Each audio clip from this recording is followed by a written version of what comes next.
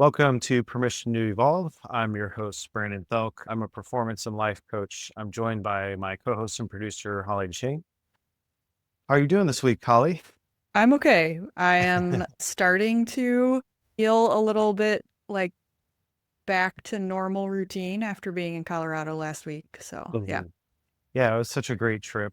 So our last podcast was, we're, 11,000 feet up, right? Yep. Yeah. Yeah, it was pretty stunning in Rocky Mountain National Park. And yeah, so coming back for me as well here to Nashville, it's been an interesting adjustment. I don't know. Yeah, just been wiped out all week, exhausted, tired, can't think straight. So I'm going to try and stumble my way through this one. Yeah. So today's Yeah. topic, it's permission to forgive. And more specifically, why resentment keeps you stuck in struggle. And so we're going to go into different dynamics here, why forgiveness is so important from a nervous system perspective, mainly because it's just this extra weight we carry and it keeps us stuck in these loops of the past. And we're always just trying to lighten the load. We're trying to shift perspectives on how we're seeing things to free us up. And, I like this idea of liberate is kind of a good word, I think, where it's this, when you're bound by something, when you free yourself up, that's liberation. Okay. So it's not just, it's kind of where you experience the duality of something, of actually being tied up or suppressed in some way. And then when we're free of that, liberation is like you have this new experience now, but we also have the memory of not being free. It's an interesting distinction. And I love nuance. Like I love the subtle differences between things, and resentments form for many reasons. And this topic's been coming up a lot in front of me lately. So I think it was something good to share where, so there's either one version is, we're taking on too much, we're overloaded, we're maybe taking on other people's problems. And then the opposite side of that, resentments we may hold is also, it may be coming from a place of our own immaturity or undeveloped self. So we may have some aspects where maybe we're left behind, where we haven't developed certain skill sets, and we can be resentful of other people if we feel like dependent on them in certain ways to take care of us. So there's different expressions of this, and we're going to try and navigate through that, how these things get created, how we work through them, how we let go of them. And, so the one example of immaturity is the key is always going to be developing those aspects of ourselves to a more mature version. And if we're overextending, giving too much, that's going to be reining that in, and starting to understand that I might be doing a lot of things for other people that they might not even want or might not be asking for, or I might be enabling other people, and that might be holding them back and creating a dependency. Those are kind of the two main lenses we're going to be looking at today. And, just right off the bat here, Holly, do you have anything to add here on those ideas? I think I see both that you just described there in different Mm. forms. So, on the second one that you described, so being left behind or seeing someone else who has the skill set you wish you had or things like that. I tie that a little bit to the feeling of envy. I don't know if that ties into this exactly, but it kind of that's what that one feels like to me. The resentment around doing too much or taking on too much, like that, I definitely get that.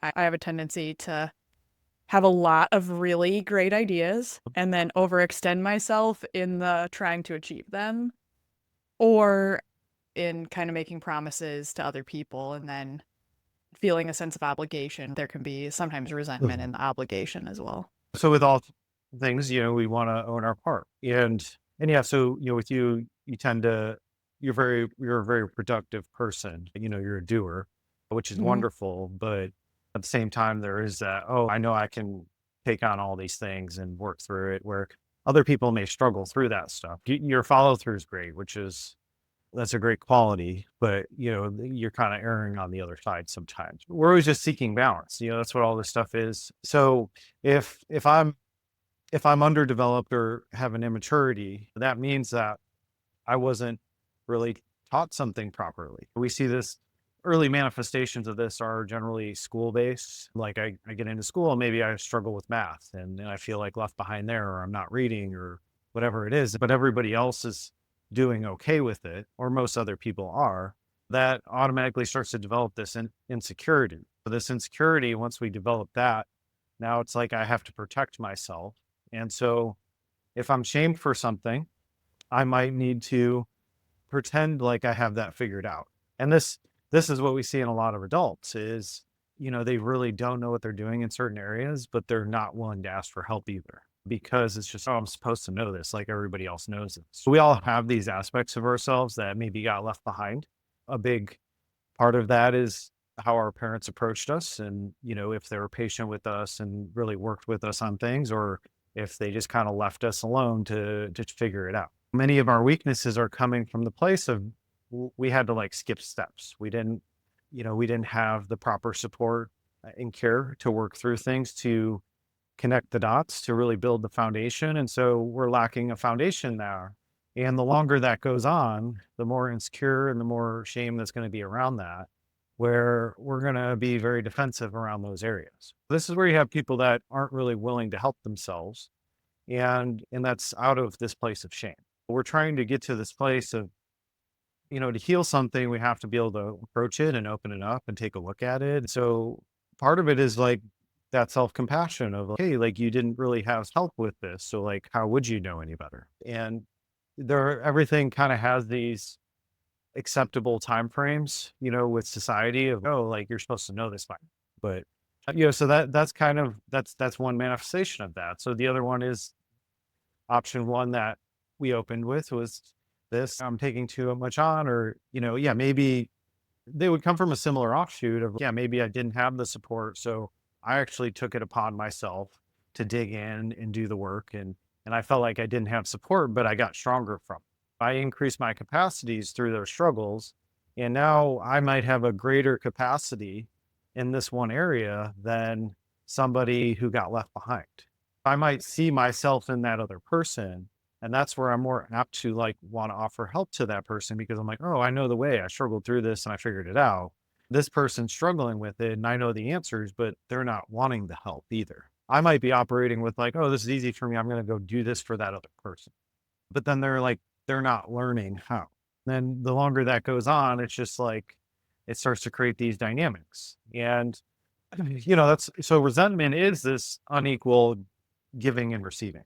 Things are out of balance. I'm doing something for another person and maybe they don't appreciate it, or I'm not feeling seen and heard and appreciated. And the other one is like, yeah, I might be like isolated in my own little world and feel like nobody cares, but they actually do. And they might be doing all these things for me, but I'm not in the place to see it either. In that place, if we create these codependencies, it's like we're more apt to start to adopt some entitlement as well. Like if I don't know how to do something and somebody keeps rescuing me and saving me from that, now I'm expecting that to continue. Okay. And so if they draw the line with me, I might be upset with them because I'm used to receiving in that way. And now they're cutting it off. Now I feel like hung out to dry again and back at square one.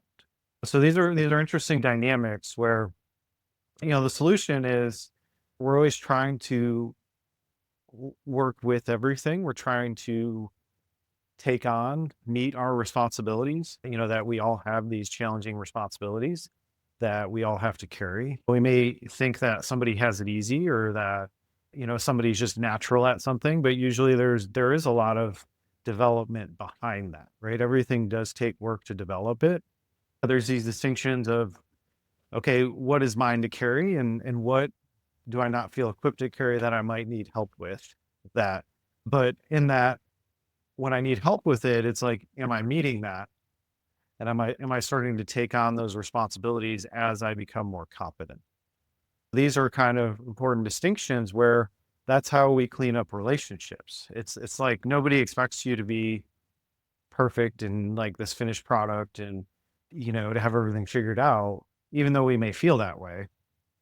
But it's like, am I able to open that up and able to move towards the center with things? Or am I stuck in these polarities, right? Where like, oh, I'm just going to do everything myself, or I need other people to do everything for me. It's those mixtures. We're always just trying to develop the competencies to carry our weight more. And it's through self compassion, it's through forgiveness, because we only got left behind because we didn't have the support we needed. So we're probably going to be resenting our caregivers from that place. We're probably going to be like, oh, it's their fault that I didn't learn these things.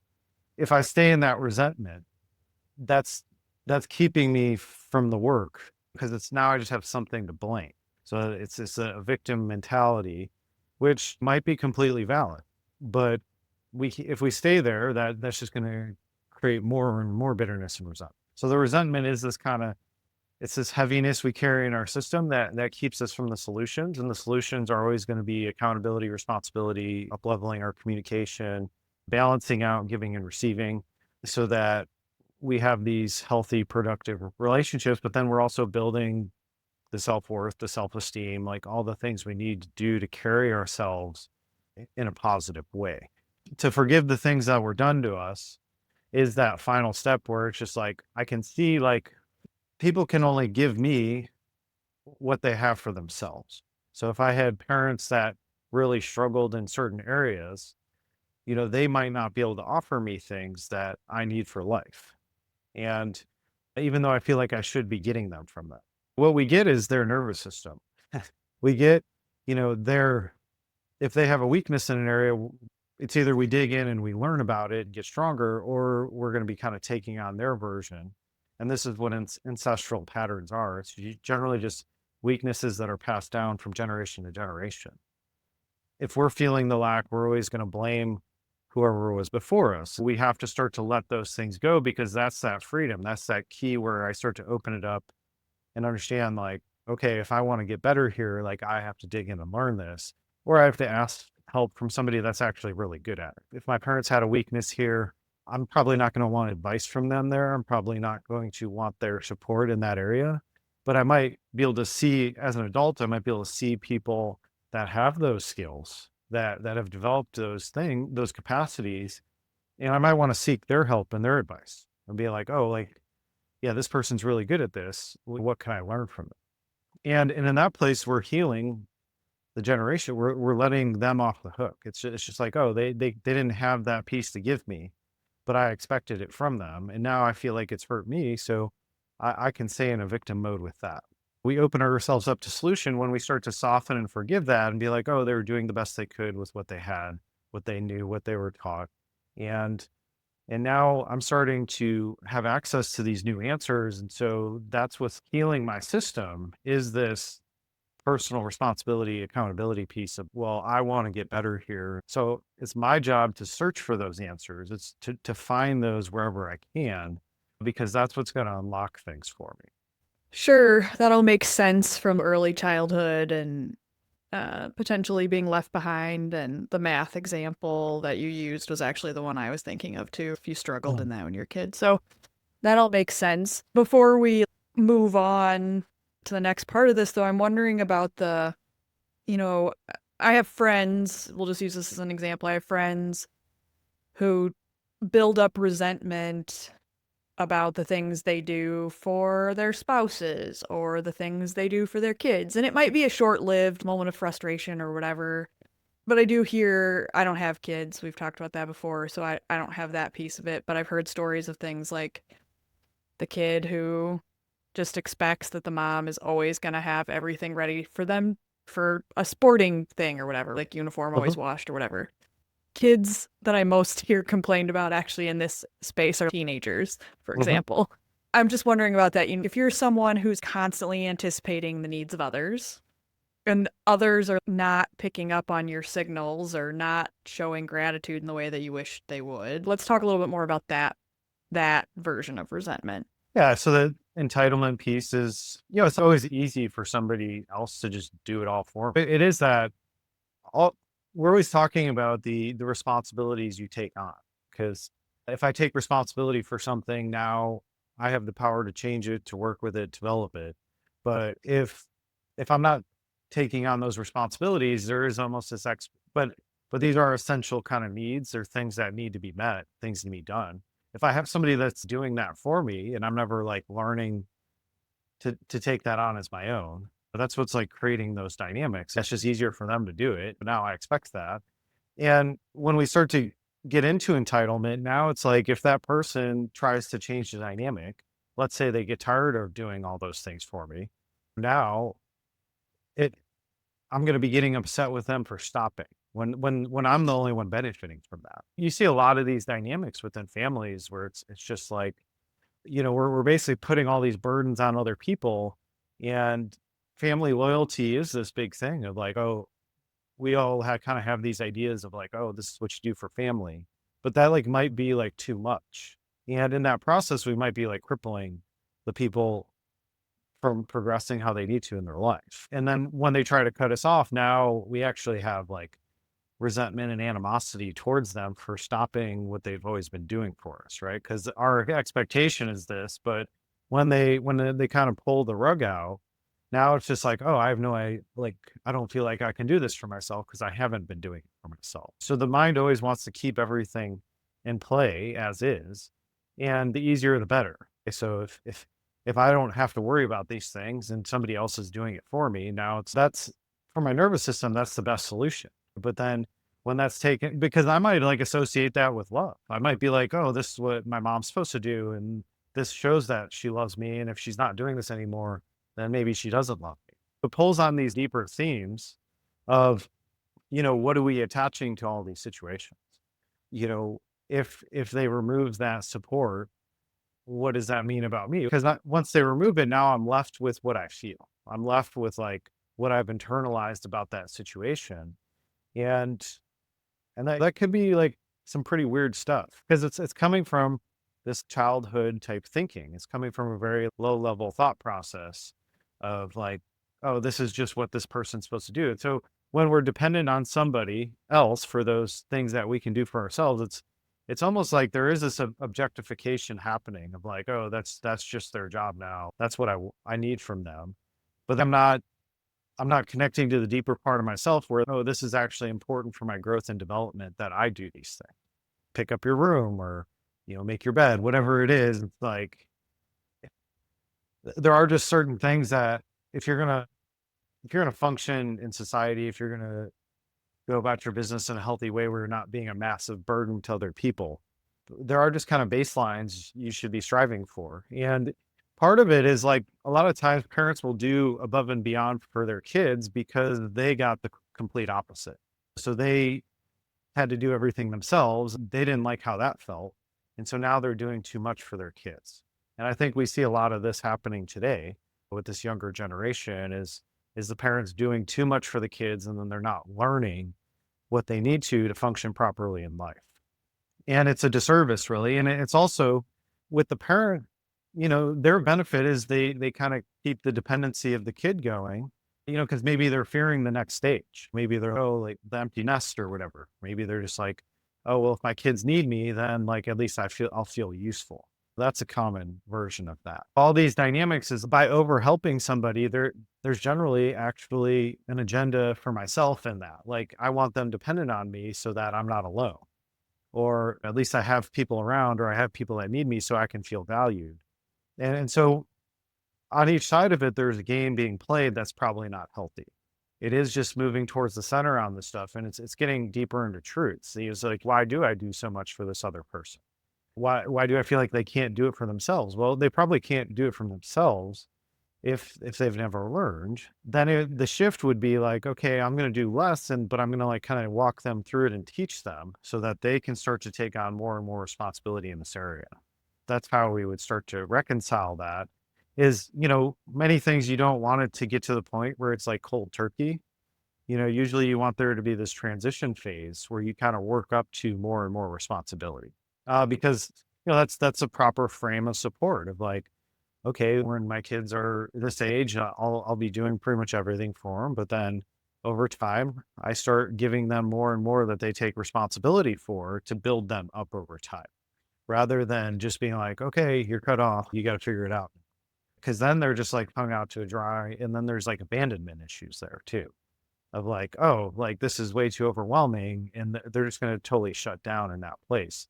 So it's always a gradual kind of shift over time that's going to be the healthiest version of it. Because I think a lot of us like you keep those dynamics going on so long that you're just like, I can't do it anymore. So it's extremely frustrating, but then it's just like, well, the answer is going to be like, okay, just like abandon them. And we don't want things to get to that point. Many things with this work, we don't change until it's like super painful. We don't change until we have to. Why can't we just be taking steps all along the way? Why can't it be a process, which is like less of a shock to the system? It's kind of these things where it's having that foresight to be like, okay, in this timeline, I'm going to try and create this independence. I'm going to try and create these dynamics so that because each person has to show up differently over time rather than just, oh, I'm just going to be completely different overnight because now I just blindsided with that person because they have all these expectations attached to things. And now they feel abandoned. That creates all these bigger wounds. And that's where we're going to have like massive resentment is like, oh, you just pulled the rug out from underneath me. Now what do I do? If you're already in that victim state, you're going to basically dip further into that. And that's going to be harder to come out of. And that's where you have a lot of animosity happening. Okay, so let's talk a little bit about, now that we've had a couple examples of resentment, let's talk a little bit about the cost of this energetically, physically, however you want to go through that.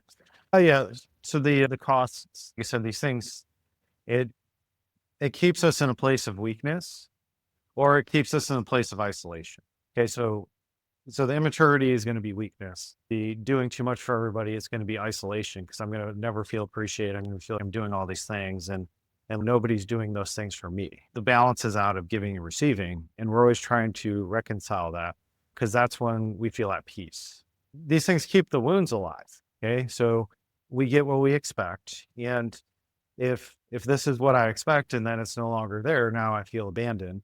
So it just kind of furthers this idea of I'm not capable of things, or I'm not able to receive help from others, or I'm not able to ask others for help myself if I'm the overactive person. But keeps these dynamics in play. Either I need other people all the time, or I don't need anybody ever. We're in those polarities. And a lot of times our solutions are going to come through other people. We're not meant to do it alone. And so any of these but it's like I'm also like not meant to put everything on everybody else. This is my life. I'm supposed to be developing at an appropriate pace to handle what I can. And then what I really need help with, that's where I'm going to start to go out to other people. But just really anchors you to these wounds.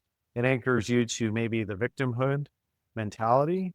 And these are under ideas of things that no longer serve you. So if I'm locked in these resentful patterns, I'm fixated on whoever the subject is. So it's, oh, they're the problem. But with this work, we're always going internal. We're always trying to work the problem there to free ourselves up from that. It's going to be coming to truth with these situations. So even if I am doing too much for another person, that on some level that's serving some mindset that I have. I would want to discover what that is, why I can't form boundaries with other people, why I can't communicate clearly, those types of things. And so it keeps us chasing this external thing is like, okay, they have to change in order for me to feel better. But a lot of things, no, I have to change first and how I'm showing up in the dynamic. And then that other person is going to be forced to respond differently because I'm shifting. Okay. I'm shifting the dynamic. So the only thing I can control is myself. But that's where I have to start to forgive the other person, or I have to forgive the aspects of me that are stuck in the problem. Okay. So it's either the forgiveness is probably going to go both ways, but everything starts with us. So it's always going to be, I need to forgive myself on some level. And that may mean I need to forgive my parents first. And then I need to start to see my participation in the unhealthy pattern. And I'm going to start to discover like why I started to adapt that way, why I adopted that as a strategy. And that's going to be some version of I abandoned myself, betrayed myself. I don't feel worthy. This is how I get my worth. Something in that range there. That's going to be some deeper kind of self-truth stuff of what can I do to clean up my end of things so that I can show up in the dynamic differently. And so anytime I'm resenting another person, I'm bound to that pattern and I'm going to be in this dance.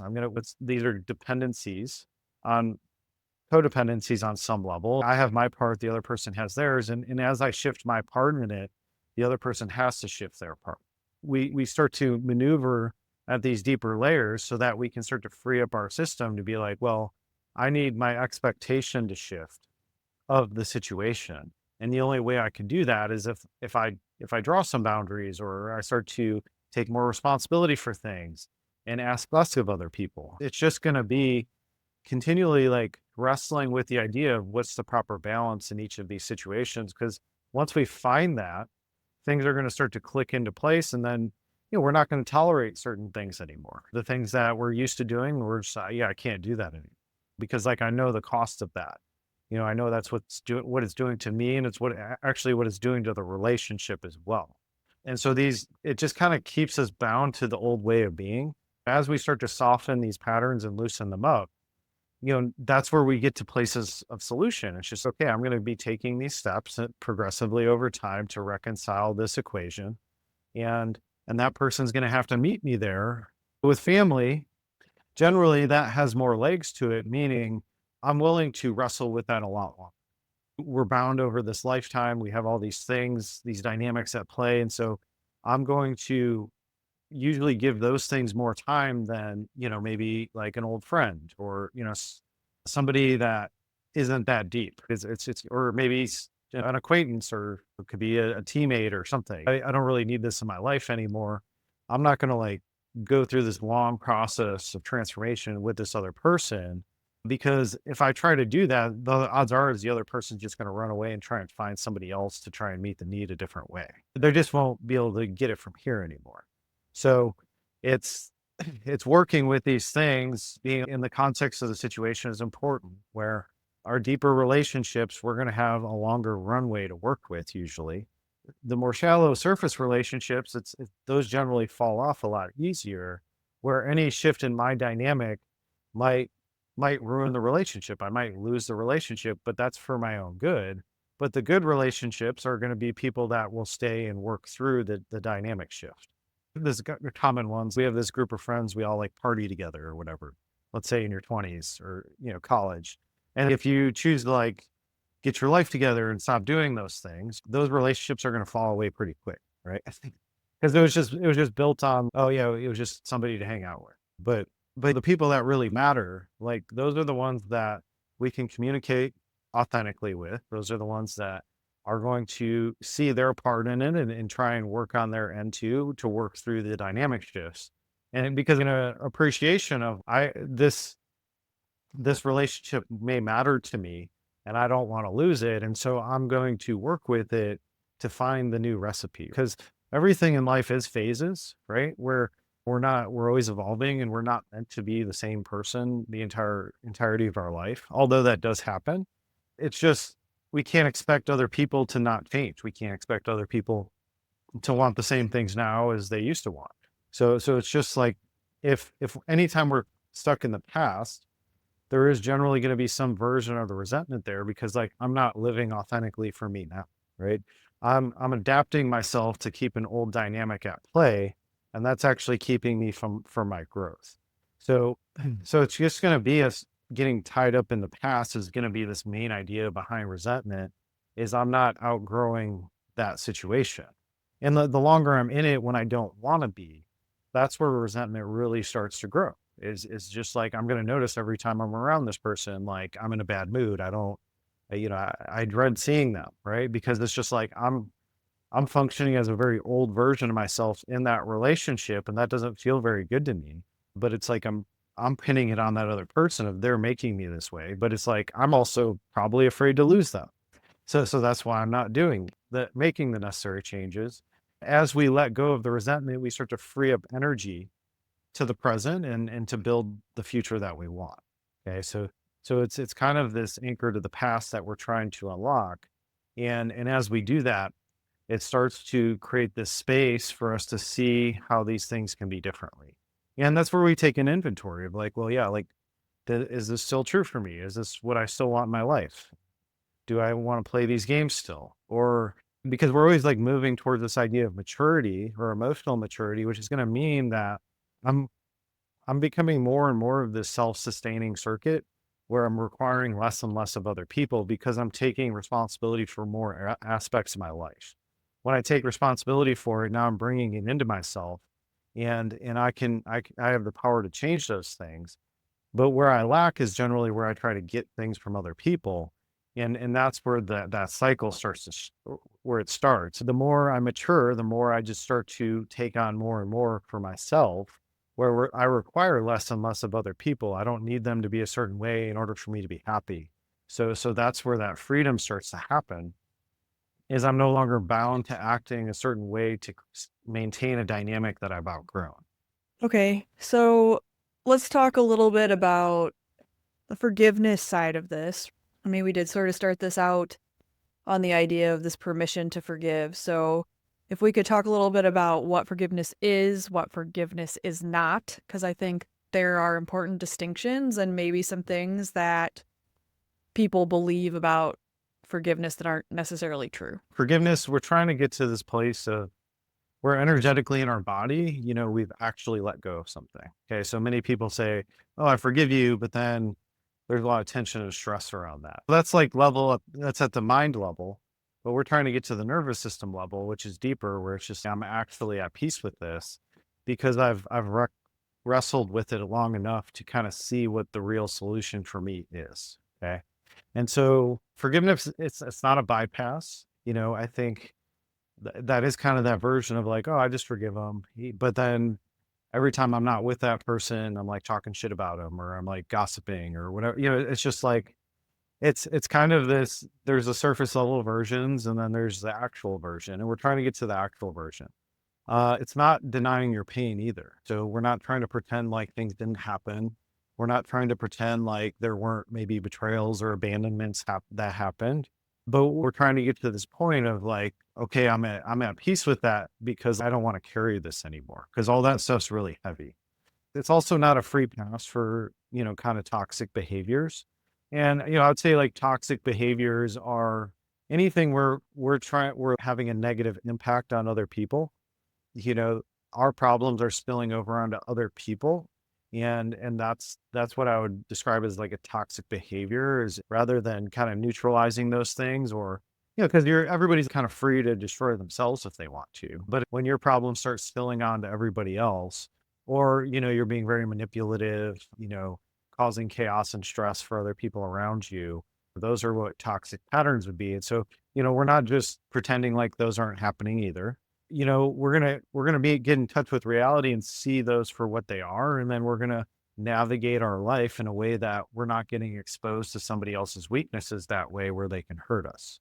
It's not this wholesale like reconciliation of all the things that have happened. If they were extremely painful, we wanna go through and process that stuff and move through it and let it go. We're not just trying to say, hey, it's okay when it's really not. So what forgiveness actually is it's a decision to end the transaction, meaning, okay, we're dealing with this area of giving and receiving. I might be giving too much, they might not be giving at all, or vice versa. We're seeing that for what it is, and we're either seeking balance in that system, or we're saying, okay, this thing's way too far off where we're probably never going to reconcile this. So I need to detach, but when I detach, I also need to do that work to heal. I need to go through all the things that hurt me, and I want to try and process them and get to a place of neutral with it. The key for all this is we're trying to free our nervous system. So that means neutral is where I'm going to be. I no longer need to protect myself from this. I noticed the relationships like I've had to let go of in my life that, maybe they were once good and then they got bad because all these things, it's a mixed bag. Like there's not really like one person that's like all bad. It's just like there's varying degrees of that. And there might be phases of the relationship that were better than others, but we're going to remember the most painful things the most because that's how our nervous system runs. It's trying to protect us. And so it has this negativity bias where we zone into the harmful parts much more than the good parts. We're going to try and just reconcile these things and come to a place of peace with it. When I've done the work of detaching, it's not an overnight thing. Like my mind might be like playing things out for like a year. In the beginning, it's probably a little bit more intense where I might be talking about it more, but then as time goes on, I'm just trying to remove the charge from my body. I'm just trying to get to the place of I'm seeing seeing it for what it was, and then when I start to detach, now I can start to see the whole picture. I can start to see like, oh, there were good times, there was bad times, but that's okay. Like I learned things from those, so I don't view them as bad anymore. You start taking, you're basically taking inventory of all the aspects of the relationship, and you're trying to make peace with it, which just means like I look at the good and the bad, and I start to process and move through all of it, and I shift my perspective of the relationship where I'm out of the polarity now, and I'm able to see the nuance of, yeah, this maybe they were just going through a lot, and maybe I wasn't aware of everything that happened, and maybe I got some information later on that made the dots connect for me on like why that person was being that. It's always going to be, we're trying to take it through to completion, which just means that I can think about it and I'm indifferent. I can think about it and be like, oh yeah, that, that was a time in my life. And I don't have like any negative feelings towards that person anymore. Because if I do, that's keeping me still stuck mentally and emotionally in the dynamic. So we're trying to free that up and unlock it. The key here is we're trying to let it go from the body. So forgiveness is this idea of I'm going to work at it until my body feels free of it, meaning I can think about the person or the situation and there's no longer stress that comes in when I think about it. Okay. That's what completion is. That's what resolving a situation is. In that process, we get a nervous system reset. We get to regulate again, where we can, instead, if I'm thinking about something and it doesn't have this big charge to me anymore, now that's what balance is. Okay. That's all we're trying to do is get back to balance, because now balance is I'm back in the present moment. I'm not worried about something that happened 5 years ago over and over again. So this is really where we get our power back, is I'm no longer using that thing in the past as my excuse for why I'm not moving forward now. But as long as my mind is stuck on it, I'm going to keep replaying it. I'm going to keep recreating aspects of that until I resolve that situation. And so forgiveness is, it's about, I've cleared that out of my system. And now I don't view anybody else as having power over me, where now I have freedom to step forward in the way that I feel that's right for me. And I'm not attached to those past versions anymore. So all this stuff is about getting you to the present moment, getting you connected to what you want in the future. And when I go to line up with those things, if I have negative things that are still surfacing, that means I have some resentment from the past that I'm still holding on to, that I haven't done the work to reconcile. Now I'm still stuck there. And that's going to create some hesitation. It's going to create my mind wanting to have escape routes or avoidance patterns, where I'm going to want to avoid a similar situation because I haven't fully learned why that was painful to me. So when we start to understand my part in the situation, and on some level, I was allowing things. And as I start to gain this self knowledge and how to navigate the situation better in the future, I can detach from any fears and anxieties, and I can just see these things for what they are. And that means functioning in reality, where I'm not overlooking things. I'm just accepting things for what they are and then choosing to participate or not. It's the emotional attachment that gets us wrapped up in the dance that keeps us recreating the same patterns over and over again. So you're just trying to continually shift your mind about the situation in a way that you can actually let it go. And that's way deeper than just saying, I forgive this person. It's saying, yeah, I guess I don't even care about this person anymore because there's nothing in me that thinks about it. Right, so it's letting go of, in some cases, a person or a relationship, but I just wanna clarify for people, you can forgive and stay in the relationship. It doesn't Yeah. necessarily mean that the relationship ends. Yeah, yeah. So it's a forgiveness is creating the space for it to transform, and that could mean it's done, or it could be mean it evolves. We're not playing the same version over and over again the rest of our lives. Okay, when say that they say one of the keys to marriage is you need to learn to forgive. I view relationships as a mirror where you're working out your wounds with another person, and oftentimes we're like holding things against the other person that they haven't even done to us, but it's more of maybe what happened in childhood or our parents. So it's just you have to get to this place of forgiveness over and over again, because what that does is it's creating that space for things to evolve in a healthier way so that you actually break the pattern. So you don't actually stay stuck in the same dynamic. If you have two people that come together that are doing that work, that relationship can evolve into something greater. indefinitely, as long as both people are willing participants in that. But, if it's one person doing all that work and then the other one's like, yeah, I don't really care, now that's where that's going to have to end. Cause like I can't stay in the same dynamic and be true to myself at the same time. I'm not going to be authentic. I'm going to have to adjust myself to the other person and I'm going to really resent them for that. So, that's the thing. So the willing parties, participants is the key to all this. And it doesn't, I'm never especially like family members, all that stuff. I never really recommend to clients to just cut them out cold turkey, all that. Like it's just like, hey, like there's a lot of things to learn in this, is as long as it's not this like super abusive relationship. If it's just I get triggered all the time around this person, well, like I've those are my triggers. I have things to learn from that. I can start to work with that and show up differently. And I'm going to be experiencing that person differently now that I've healed. So when we do our own healing, we become more accepting of everybody else because we're developing compassion and a lot of self-compassion as well. So we're less reactive. We're not kind of jumping back into patterns because those patterns don't even exist anymore. So it's either I'm going to show up differently and either this person's going to help is going to meet me there or they want nothing to do with it and they'll probably fall out of my life pretty easily. So, if you had to give few questions or exercises for folks that are wanting to work on Oh. moving moving through resentment to forgiveness, what are kind of your top handful of tips?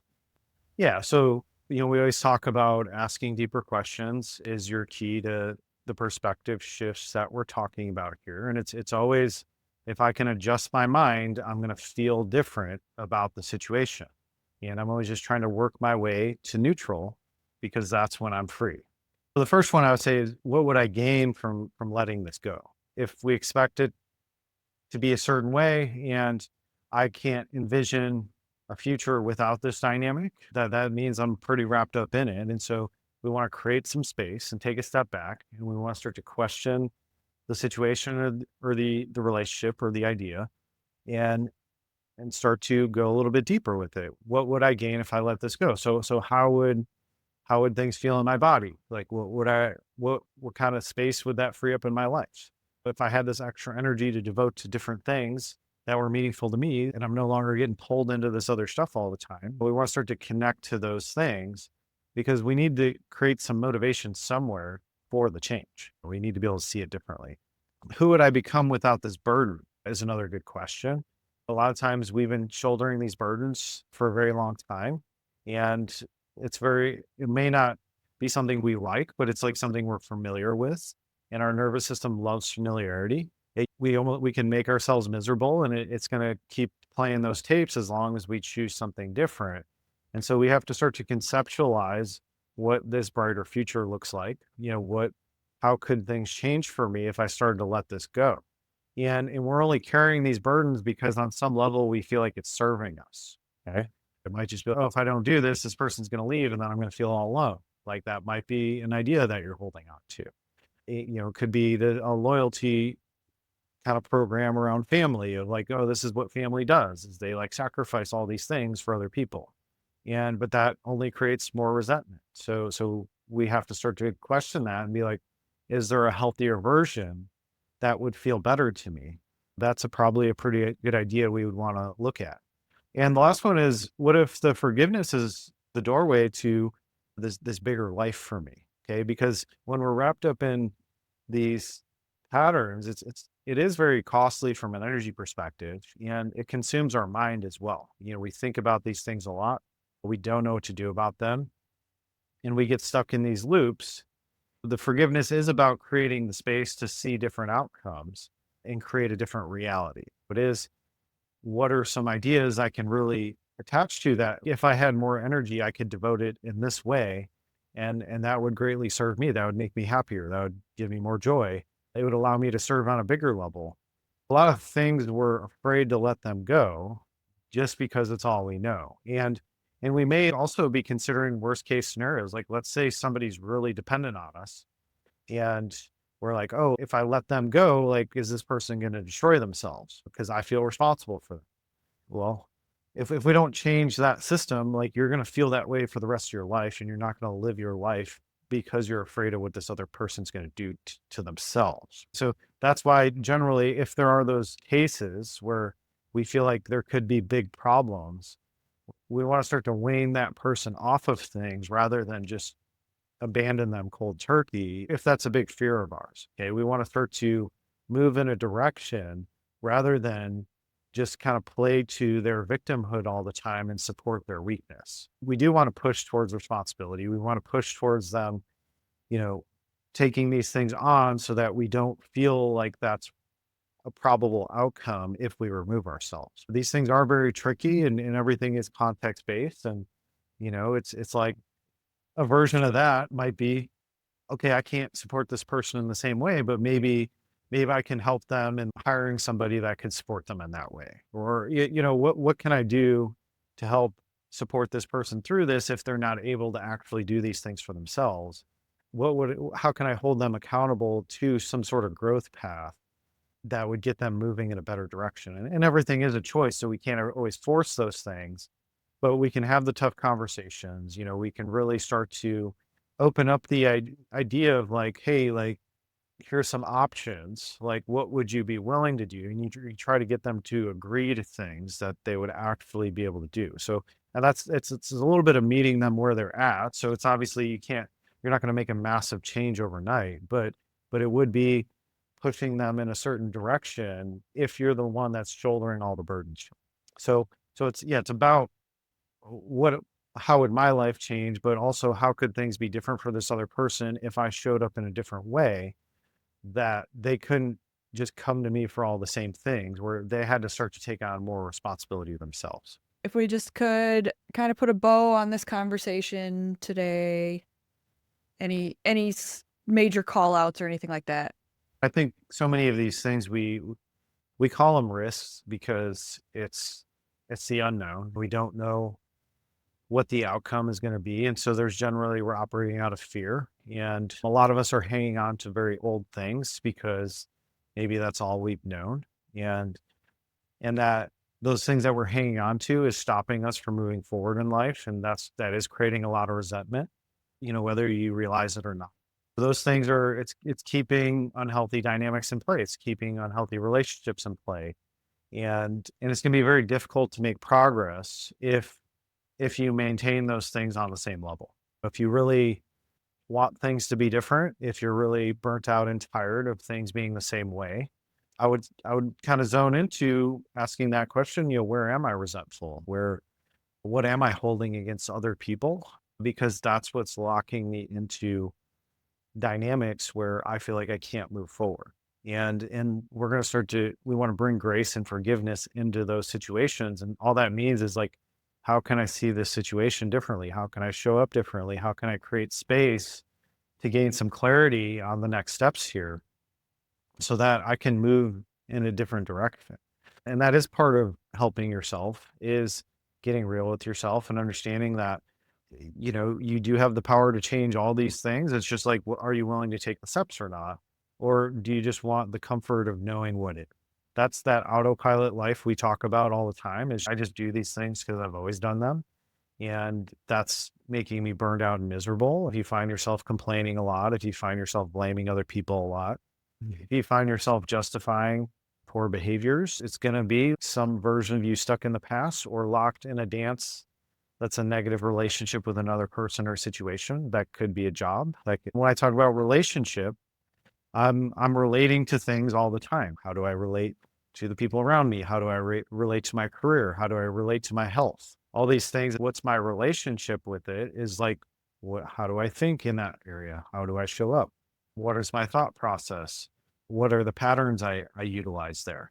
And if there are things that are destructive or built on shame or guilt or obligation, that's where we want to zone in a little bit better and get a little bit clearer on, okay, why do I do these things? Is there a different way of doing it?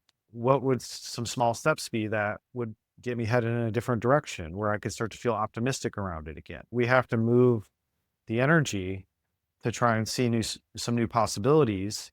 And because if not, if we're stuck and stagnant, we're just going to be playing the same tapes over and over again. All these behaviors are practiced, and so they're easy for us to do. Doing the hard things is actually what pulls us out of it. And the hard things, it's conversations, it's feeling emotions we don't want to feel, it's taking steps that we're unsure about. And part of it is we have to trust that there's more out there for us that is about building a vision for the future, and things you can get excited about that would push you through those challenges. You can't escape them. We can soften them. And we do that by looking at things differently. And it's always going to be about coming to peace and forgiveness with something, whatever it is, because that's when your nervous system unlocks and allows you to move forward. Awesome. So before we sign off here, just like we do every week, do you want to share a little bit about if we've got people who are interested in working with you one-on-one or being a part of anything you have going on? Do you want to share where people can find you, and then anything you got in the works Mhm. that you want to tease out or share as well? Well, first off, if you guys could subscribe, send us some comments, feedback, that'd be very helpful. We're always looking to serve on a greater level here and get things more dialed into what's specific for our listeners. If you are interested in going deeper with me, you can visit my website, brandonthelk.com, and you can schedule a free strategy session. That's 30 minutes where we just have a little chat on what you've got going on and how I can help. I'm going to be putting together some sort of workshop here in the future, so be on the lookout for that. We're looking to create some in-person experiences so you can experience this work and also be around other people who are interested in it. I think that's a very useful tool. Any of the things you guys are struggling with, we'd love to hear about it because I can build some topics around it to better support you. Also, follow on all the socials at Brandon Thielk on Instagram is kind of my main thing that I'm posting on there pretty regularly. There's also the YouTube and TikTok at this point. So definitely would love to hear from you guys. Definitely would love to hear things you're interested in so that we can start to build some experiences for you. And yeah, just be on the lookout for that. Also, sign up for my newsletter on my website. I'll send that out weekly on Mondays, and that's going to have any updates as well. Yeah, super cool. So links for all those things will be in the show notes or the description if you happen to be watching this on YouTube. And I just want to reiterate, we appreciate everybody who is liking, subscribing, commenting right now. Makes a huge difference. If you are enjoying the podcast, if you could share it with a friend, that would also be super helpful. So yeah, this was a good conversation, Brandon.